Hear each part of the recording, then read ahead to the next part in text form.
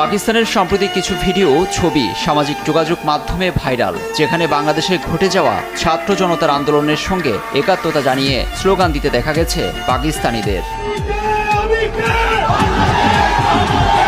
সরকারি চাকরিতে কোটা পদ্ধতির সংস্কার চাওয়া আন্দোলনরত শিক্ষার্থীদের অবমাননা করা হয়েছিল উল্লেখ করে রাজপথে নেমেছিলেন ঢাকা বিশ্ববিদ্যালয় সহ অন্যান্য প্রতিষ্ঠানের শিক্ষার্থীরা। আন্দোলনকারীদের উদ্দেশ্যে সাবেক প্রধানমন্ত্রী শেখ হাসিনার বক্তব্যকে ঘিরে তুমি কে আমি কে রাজাকার রাজাকার স্লোগানে প্রকম্পিত হয়ে ওঠে ঢাকা। সেই আন্দোলন রূপ নেয় সরকার বিরোধীতে, বাকিটা ইতিহাস। মুক্তিযোদ্ধাদের নাতিপুতিরাও পাবে না, তাহলে কি রাজাকারের নাতিপুতিরা পাবে? ঠিক পাকিস্তানেও একই স্লোগানের একটি ভিডিও সম্প্রতি ঘুরছে সামাজিক যোগাযোগ মাধ্যম ফেসবুকে। শিক্ষার্থীদের রাজাকার তকমা দেওয়ার ক্ষোভের বহিঃপ্রকাশ হিসেবেই স্লোগান দিতে দেখা গেছে পাকিস্তানের আন্দোলনকারীদের।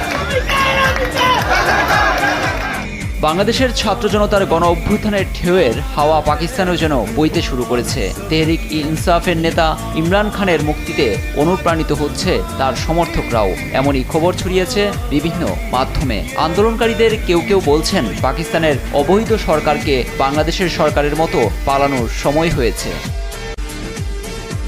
গেল 5 আগস্টে বাংলাদেশের সরকার পতনের পর পাকিস্তানের পথে পথে বাংলাদেশের পতাকা বিক্রির দৃশ্য চোখে পড়ার মতো।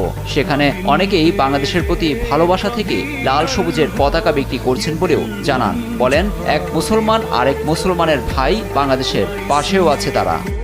हमारे मुसलमानों का देश है, वो भी मुसलमान का भाई है। पाकिस्तान के साथ साथ बांग्लादेश के भी काफी वो झंडे सेल हो गए। बांग्लादेश में आजाद हुआ था तो इस वजह से हम ये भी सेल करते हैं। पाकिस्तानी के भी लोग कुछ ले लेते हैं और ये बांग्लादेश के ज़्यादा लोग पसंद करते हैं। पाकिस्तान भी उस वक्त आजाद हुआ था, बांग्लादेश भी उस वक्त आजाद हुआ था। वो हमको प्यार करते हैं, हम उसको करते हैं।